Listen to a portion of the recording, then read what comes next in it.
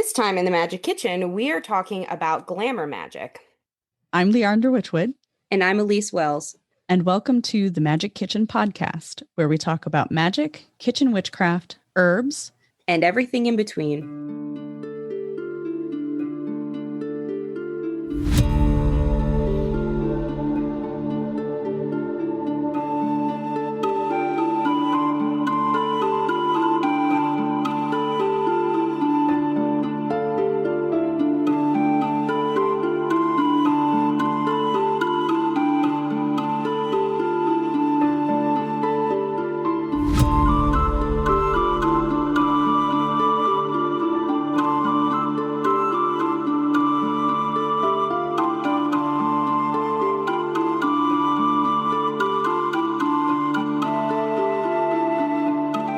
The Magick Kitchen Podcast is funded and supported by thewitchwoodteahouse.com, offering a variety of hand-blended loose leaf teas as well as loose herbs for all of your ritual, spell work, wellness, and everyday enjoyment needs. If you would like to support this podcast while sipping a great cup of tea, head over to thewitchwoodteahouse.com and find the magic that's in store for you. So before we get into how to do glamour magic, let's just go over the basic ethics of glamour magic that you probably should already know. Yeah. It's the same ethics that apply to all magic, that you need to have consent, blah, blah, blah, all that good stuff. It's really important. And so we won't harp on it, but truthfully, like, you should not use glamours as a way to hide. Although, unless you're doing an invisibility spell, that's a different thing. That's an intentional hiding. Yeah, we're going to talk about that too.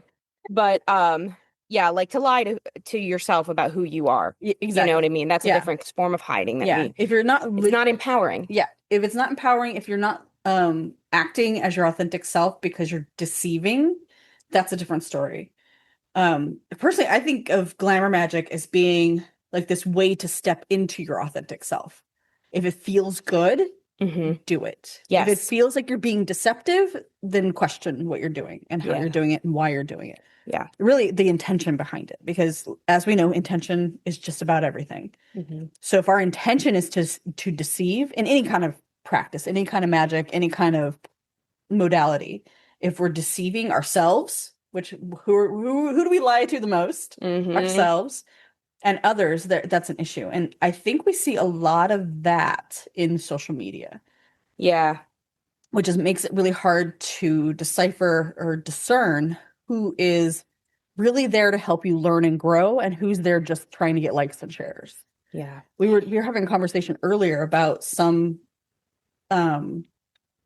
influencers who their only practice is their social media. They don't really have a practice. It's whatever. Or they started a practice because they wanted to have a social media account. Yes. Or spiritual business. I've met people with spiritual businesses who don't have a spiritual practice. Right.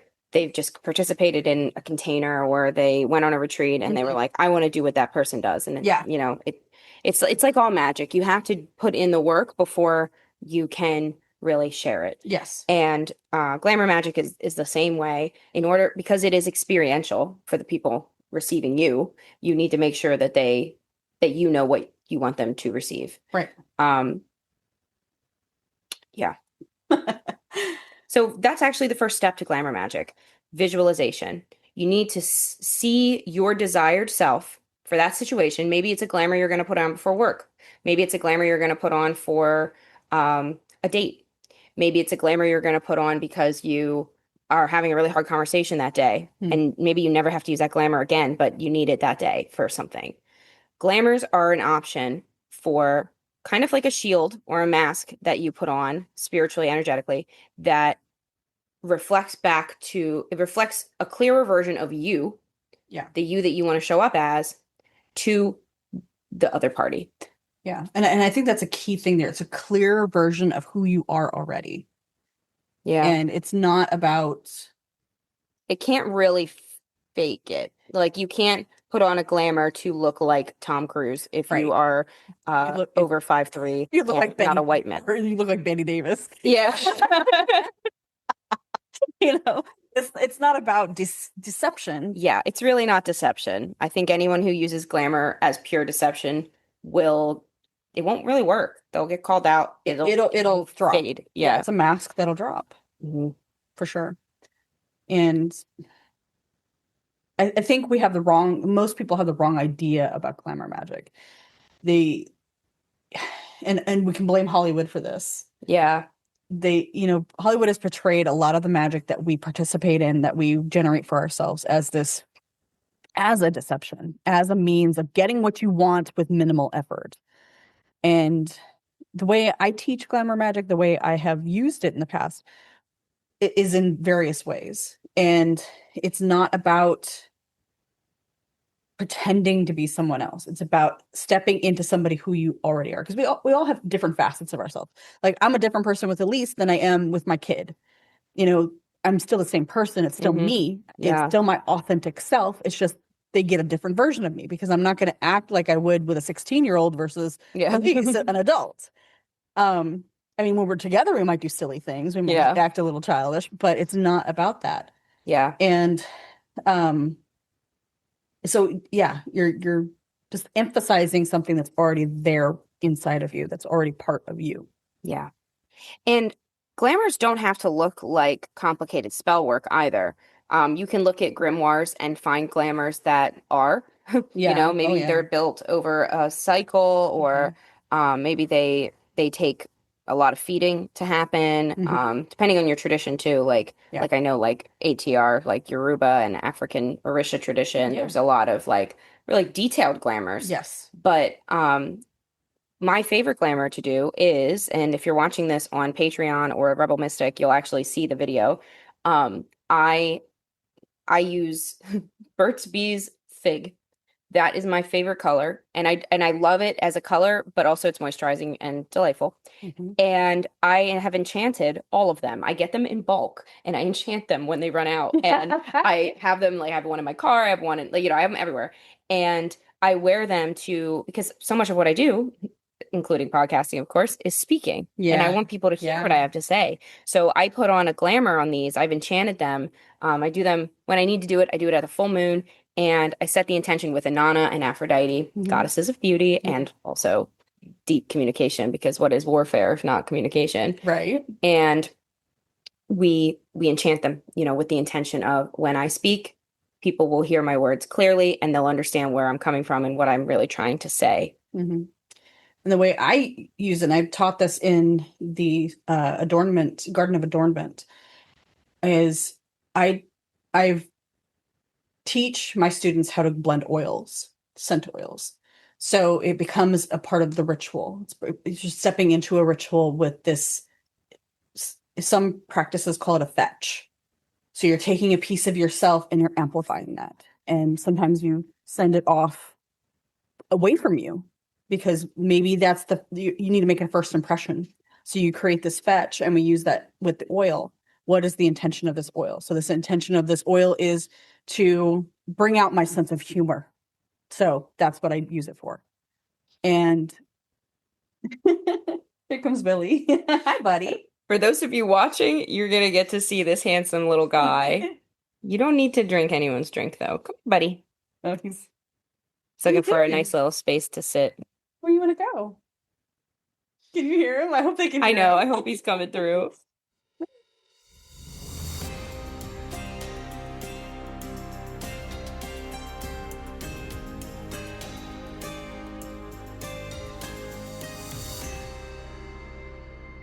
The veil is thinning, and I have huge news. This November 1st, I'm hosting my first ever in-person Witchcraft festival in the U.S., Samhain Fest, in Havre de Grace, Maryland, from 1 to 9 p.m. on November 1st.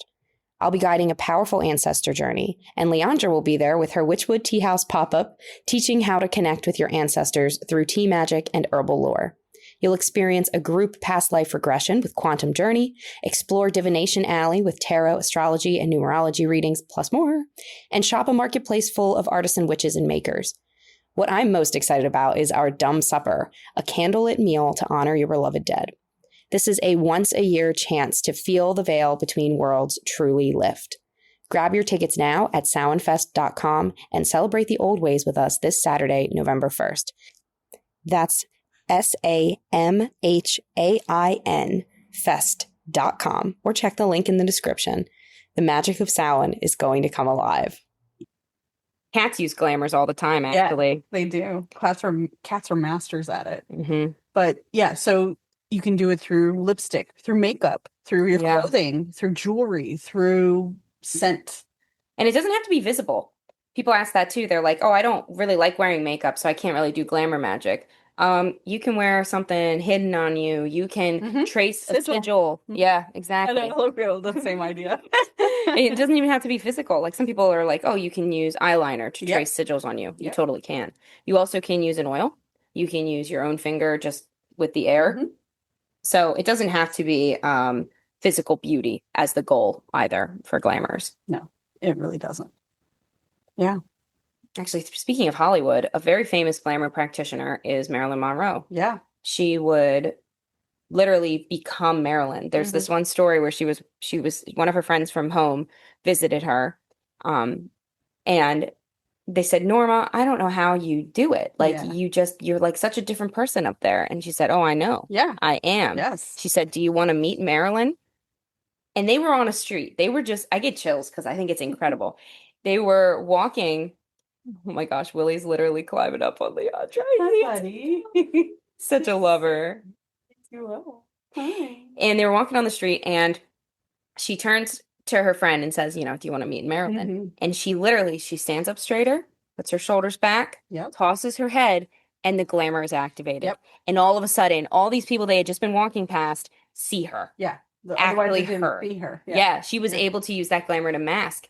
And that's what I would like to share, actually, is that one of the most important uses of glamour is actually to be unseen. Yeah. I use that one a lot. How do you do yours? Now it's so second nature. I don't realize I'm doing it sometimes. So I actually have to turn it off when I realize I'm doing it, because I'll literally be standing in front of somebody and they won't see me. So I think mine actually, and this is maybe a darker side of it, mine actually came from childhood trauma, because it was important to not be seen in my family. It was important to be invisible. So I learned to be in a room full of people and nobody would see me. And okay, digging deep here. I think the animals in my house and the plants that I associated with in my house, because we had a huge garden, that's where I spent most of my time. They taught me how to do it. Ooh. They taught me how to make myself invisible. And I can do it to this day. I'll be standing in a room and everybody will be talking and having fun. And then all of a sudden they'll turn around and like, oh, when did you get here? I'm like, I've been here. Wow. But what this glamour does is it allows you to observe. So you can see people for who they really are. Because we all put on some sort of mask, especially when we're in social circumstances or situations. We all have a mask that we put on because we need to be accepted. So that's one way a glamour can be used, in more of a deceptive way. But if you can find something that you really love about yourself, you can amplify that. But the invisible glamour, I took a lot of the knowledge from watching foxes.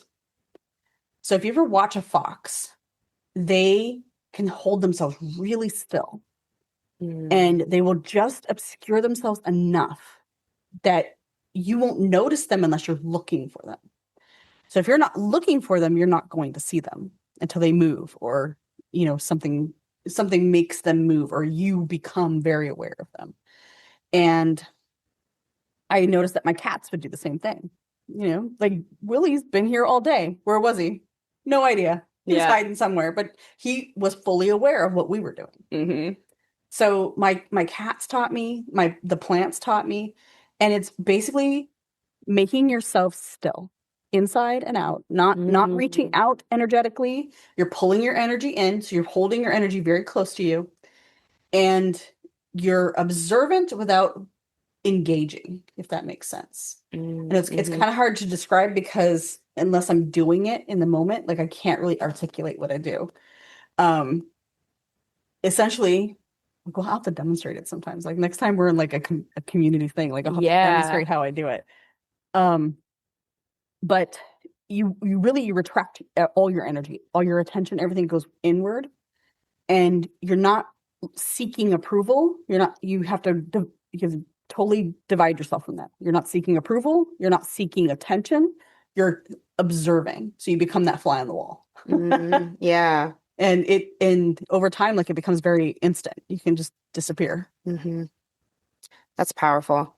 Yeah, I use like the invisibility cloak of spells like that to usually I know I will at some point need someone's attention. Yeah. So I put a clause in there that when I make eye contact, they'll give me their full attention.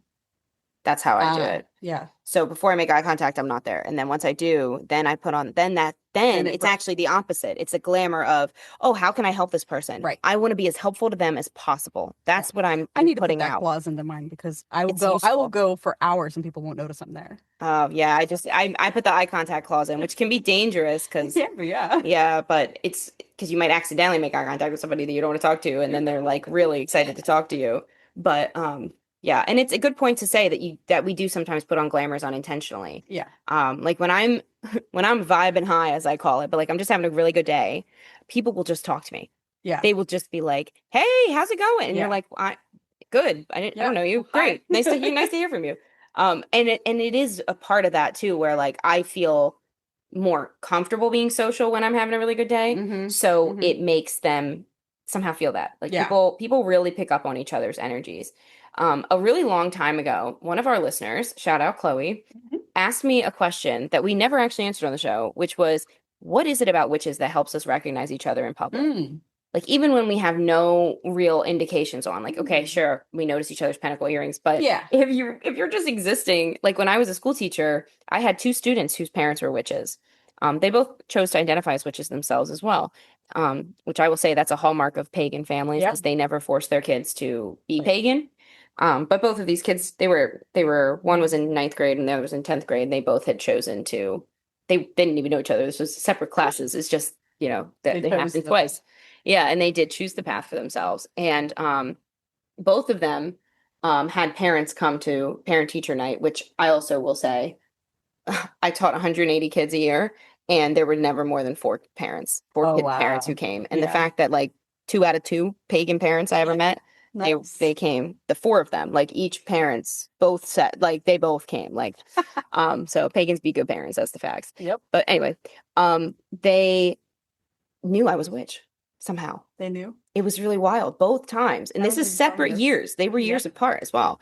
They literally, after all the other parents left, they said, just so you know, you can talk about the craft with our son. Like and I was like, I'm sorry, how did you know? How did you know? They're like, I don't know. That's a good point. Yeah. How did we know? And I think it's in our glamour. You know, our what glamour magic really is shifting our aura. And we call it different things. We might call it our energy body. We might call it our shield, our energy shield, but that energy that buzzes around us, not the skin and flesh that's visible, but the energy that buzzes around us, that is picked up on by other people. Like, we can tell when someone's a grumpus and they don't want to talk to anybody. So, like if you've ever waited tables, there's something instant that you get, like, that, that is what that is. And so as witches, we have some extra code in our field, that just is readable to each other. It's like recognizes like. And I think it's a form of glamour. Yeah, I think it is too. Yeah, absolutely. Yeah. And you can use these not just to hide, like I do, but I mean, you can use it to boost your confidence. You're going for a job interview. You can use that glamour magic not to necessarily look impressive, which you might want to use it for that, especially if you're in a job interview, because you could be one of 60 candidates. So you want to stand out. So use glamour magic in that aspect, but also just to help yourself feel worthy. And I think that's such an important thing, like not entitled, maybe not even deserving, but worthy. Yeah. Like worthy of the salary, worthy of the attention, worthy of having your degrees recognized, your certifications recognized, worthy. And that in itself can be a glamour magic. I am worthy of being recognized. Yeah. And also, the deep intention of your glamour can really matter. Like I'm thinking of the craft. And, she's like, doesn't she say, I want to be irresistible to him? I think so, yeah. And spoiler alert, but there's like a risk of SA for her. Oh, yeah. Because he literally cannot resist her. Yep. And so, it gives me chills in a creepy way. So that is very true with glamours too. Like if you're wearing it for a date, no, be careful. and you want to look delectable, what if he's a cannibal? Watch your words, people. Watch it. Oh my God, I can't imagine that. Oh my God, he tried to eat me, literally. Yeah. He said I was looking like a snack. Yeah. He was pouring ranch on my arm.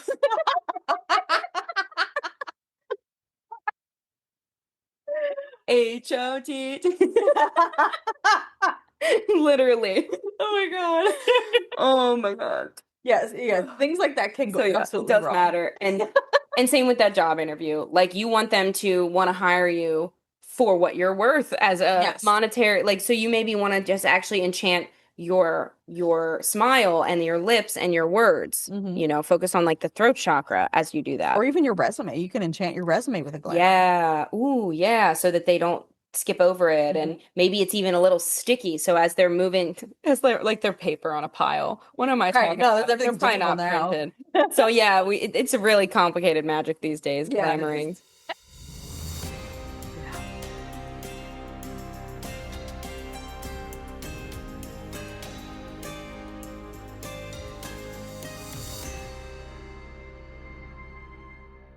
Your magic deserves to grow, even if you're still in the broom closet. You don't have to keep your practice locked away when you're in safe spaces. Witchcraft was never meant to be solitary. It's meant to be shared, taught, and woven together in community. If you listen to this podcast, you know me. I'm Elyse, an initiated high priestess, best-selling author, and your guide inside the Witch Codes, an 8-week deep immersion into real embodied witchcraft. Inside this container, you'll finally feel energy move. You'll learn to raise it, direct it, and ground it with confidence. No more second guessing. You'll know. My students say this work changes everything. Their confidence, their connection, their craft. If your heart is tugging as you hear this, that is your sign. It's time to stop feeling stuck at your altar and start feeling your power. Enrollment for the Witch Codes closes November 4th, and spaces are limited. Book your free discovery call with me and learn more at elisewells.com/witchcodes. I'll be waiting for you. So how do you do it? You can make I would say the simplest way to start, what I would recommend anybody who is like, oh, yes, I want to enchant my lipstick. I want to enchant with sigils on my arm before work. I want to enchant, my hairbrush before, like when I brush my hair. Yeah. You can use an anointing oil. I think that's probably the best first step of all glamour. That works really well. Set that intention for anointing, and you can look it up and see which herbs resonate with you the most. I like to do basil. It's sacred to Aphrodite. It's also sacred to, it means prosperity. Like in Greece, it's kind of like the absolute plant of abundance. And so most of the time when I'm doing anything, it's for like, for most of us, it's for abundance. Like if you're going shopping at the store, it's because you want abundance of food, and it will work in that way. Like you can even get so specific with a glamour that it's like, I want to be offered discounts when I wear this glamour. And it will work. You will suddenly find a coupon on the shelf with the thing you need. Or careful with the word abundance. We use that, I think, too loosely. So abundance literally just means a lot of something. Yeah. So make sure you're being very specific when you say, I want an abundance. Abundance of what? Yeah. Abundance of praise, abundance of discounts, abundance of listeners to this podcast. Right. Yeah. Let's do that. Yeah. Yeah. And that is part of the abundance for me is like, okay, I'm putting this lipstick on. I want the abundance of listeners who are going to hear it out and actually finish the episode and, maybe even write us in for a question. By the way, we're always taking questions. Magick Kitchen Podcast at gmail.com. Send them in. Yes. So yeah, set those intentions, find herbs that fit with that. So I use basil, mint. Mint is very good as well for like being taken seriously. That's how it comes through for me. Yeah. And you can also go the classic glamour route. You can use rose oil, Yeah. maybe rose water. Maybe you just get a rose hydrosol that you can, it's great for your skin. So maybe you just enchant that and you spray that on yourself every morning. Some of my favorite oils for blending your own like glamour oil. If you want to come across more feminine, but still be taken seriously, jasmine. Rosewood is a good one. That one's a hard one to find, so be careful with that one because it is, from what I understand, it's somewhat endangered, but that one's a really good one. But rose is pungent, so if you don't like rose, you can do like a chamomile oil or maybe even the camellia, or geranium. Geranium's really good. Yeah, geranium's awesome. But those are more of the feminine ones. But if you want something that's a little more masculine, so say you're going for a job interview and it's a very male dominated experience, you want something a little more woodsy, a little more earthy. You might even want to go so far as neroli. So neroli in concentration, it smells like soap. So it smells very clean. So you'll come off very clean, very refreshing. Same with mint. It's very refreshing. So, and those two seem to resonate a lot in male dominated spaces. I don't know if it reminds them that they need to wash their butt. I don't know. But those scents seem to go over well with men of cisgendered male facing people. But mugwort is a good one. Wormwood is a good one. So like those earthy smells. Patchouli is a great one. Be careful with that one because some people have an aversion to patchouli. They just don't like the smell of it. Same with rose. Yeah. But if you mix them together, it creates a whole different dynamic. So yeah. And you can always use a flower essence as well if you're concerned that you don't really want the smell. Scent, yeah. You can use flower essences for any of these. Yeah. You can create herb bundles and smoke yourself. Just cleanse yourself with the smoke before you leave It's a good idea too. Yeah. Or even your car. You can put a glamour on your car to not be noticed by cops. You can put a sigil there for that. Yeah. And if you're wondering, like, so when I'm out and about and I need to like refresh my glamour, what I'll do is I will focus on my energy. So sometimes it looks like going to the bathroom or something where I can, have space to myself to like close my eyes. And I'll call my energy to myself. So how I do that, and if you're watching this on Patreon, you'll see the video. I use my hands, my palms to command that energy. And also I will say this too, it takes less time over time. The more you do it, the less time it takes. Yes. And I will just reaffirm what my glamour is in my head. No speaking out loud for this one, it's really just about the body. Talking to yourself in the bathroom. Yeah. And once I feel that, for me, it's a tingling in my palms. Some people it's heat. Some people it's maybe not even in their palms. Maybe they start to feel this like straightness in their back, or maybe it's a color that comes into your field of vision in your mind, because there's all the different clairs. So, your abilities might come to you differently. Your energy might hit you differently. But once you know your energy is yours, you can fully command that energy. I pull up from the earth what I think I need. Or if it's cosmic, I pull it down from the cosmos to make this glamour. So if I'm trying to be ignored, I'm going to look at that energy of the void, and like, just like, even just bringing to mind, if you're a visual person in your mind, bringing to mind places that are easily ignored, like under a car. Nobody really takes time to look under every car as they walk through a shopping mall parking lot, or like your storage shed. It's ignored. Your glove box. Yeah, just like calling. It kind of, for me, is like, what does it feel like to be there? Yeah. And it's almost like, oh, I don't even know. I don't really go there. Right. Like whatever the thing is that's ignored. And then bring that energy to myself, and then I use my palms for this. I kind of like pat it onto my aura, like it's cushions or something that I'm popping on top, and then I'm good. Yeah, I've refreshed it. Yeah. Well, and talking about like that idea, like where would you go to be invisible? What came to mind was, as a child, I used to like to hide in my closet. Mm. Because if you ever go into your closet, like you're cleaning out your closet, you go way to the back. What happens when you're back there? Like take a moment and just hang out there. It's quiet. The energy doesn't move, and it's not stagnant. I mean, unless your closet's really dirty, which sometimes mine is.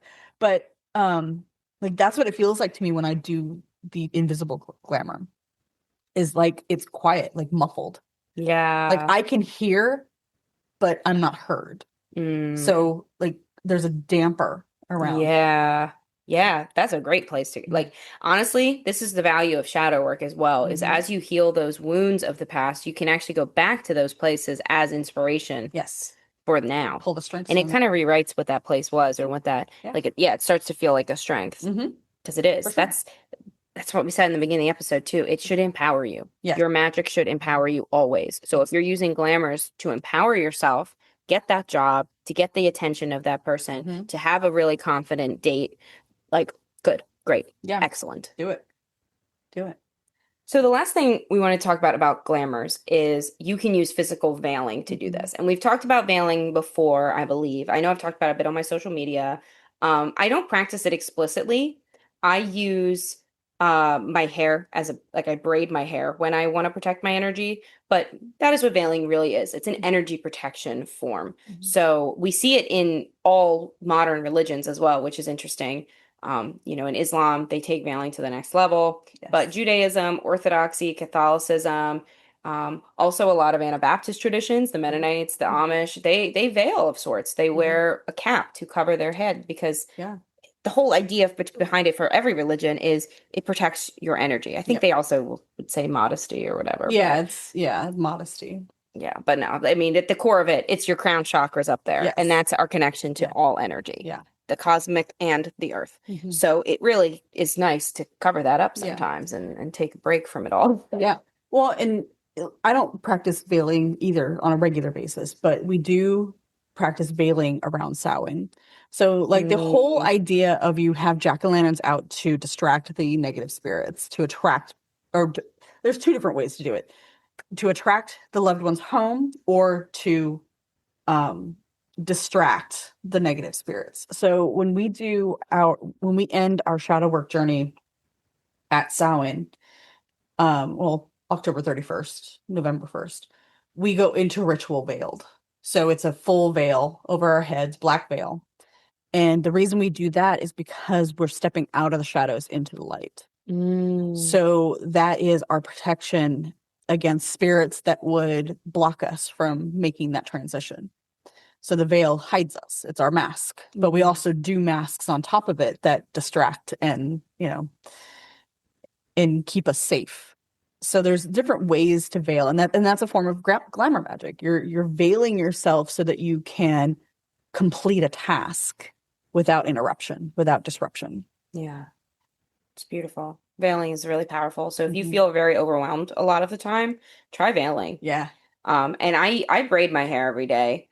If you're watching the video, it's actually not braided today. I'm vibing at home, and what am I protecting my energy from? I'm Right. good. But when you are like when I go out and about, I almost always have my hair braided. And one, it protects your hair. So if you're trying to grow your hair long, that is the best thing you can do is keep it braided, or in other protective hairstyles as much as you can. But also it's because I'm able to braid in protection. So every twist of that braid is a prayer for protection that I do. So it is there for you to protect you. And so with my glamours, I'll often do the same thing. Sometimes I'll choose to wear my hair down because I do have a magnetism that comes in when I do that. Yeah. So yeah, veiling is important. Yeah. And the other thing is we do glamours subconsciously in ways that maybe aren't in our best interest. So wait, can we go back to veiling real quick? Yes. So like you normally have your hair braided. So if you see me out in the wild, like a normal day, I'm grocery shopping or whatever, I'm wearing a baseball cap. Really? That's my I guess there's your veil. Yeah. that's my veil, which it doesn't look like it. It's pretty mundane, right? And it's always a plain baseball cap. Like I don't have any emblems on it, no logos, nothing. Ooh, yeah, that's always. definitely a veil. Yeah. So when I go walking in the Beanies. park, I think I have one. I mean, I do have some fun caps. Like I have my Gandalf one, my little Lord of the Rings guys, and I have one that's mushrooms. Like those are my fun ones. But my normal cap is a plain black cap. No, Mm. no logos and that sort of thing. So yeah, so it doesn't have to be, if you don't have long hair, you can't braid it, but it can be this mundane thing, Yeah. like your lip gloss. I mean, Yeah. it's mundane. Perfectly Nobody fine. knows. Yep. Nobody needs to know. Yeah. Okay, so for real this time, the last thing we're going to talk about is the unconscious glamours that we do. And a lot of times it is actually protective against attention. Like that is still glamour magic. Just like how the poison path is that of healing and poisoning, Yes. glamour is the path of seeing and hiding. Mm-hmm. So one of the ways that we will often subconsciously hide is our weight or wearing unflattering clothing. And that was something that I did for most of my life. Like for most of my life, I did not really want to be seen. I don't talk about this very often, but I was a victim of sexual assault several times in my life. And each time I gained more weight and I receded more into like baggy clothes, men's clothes, things that were deeply unflattering by design. Like I when I was a teacher, I would wear a lot of granny clothes, things 2 to 3 sizes too big just to hide. It doesn't work, people. Like if anyone's done that, like we know we still get victimized. Like it does not work. It's never about what we're wearing, actually. We get victimized in a different way too. Yeah. Yeah. Mm-hmm. And even, it affects the way we are able to be ourselves. It affects our connection to our bodies. And so using glamour was a way for me to find empowerment despite all of that. Because now it's also in my glamour that any sleazy creeps that do notice me, I have this like clause in there that they will get a pain. Like they will have pain in their back if they have a sleazy thought about me when they're looking at me. With that, you just gave me an idea for another episode, circumvention spells. Oh, yeah, we should do that. So keep an eye out for that one, guys. Yeah. Spell circumventions, like if you want to learn how to add clauses and tripwires and that sort of. I think that's what people usually call them, but they're really circumventions, the tripwires. Yeah. That's true. We could do a whole episode on that because it is like if this, then that. It really is like coding. Yeah. Yeah. So your glamour is an excellent opportunity for that. And it is so empowering to take that back and be like, no, I am going to be seen, but by the people who want to see me. And if somebody gross sees me, this is what happens to them. This is what happens. So back off, buddy. Yeah. So glamour is for you. If you're worried like, I'm not traditionally beautiful, so glamour couldn't work to make me feel better about myself. It's not just Thomas. Yeah. It changes the way you show up. Yeah. Well, and it's not about being beautiful. It's not about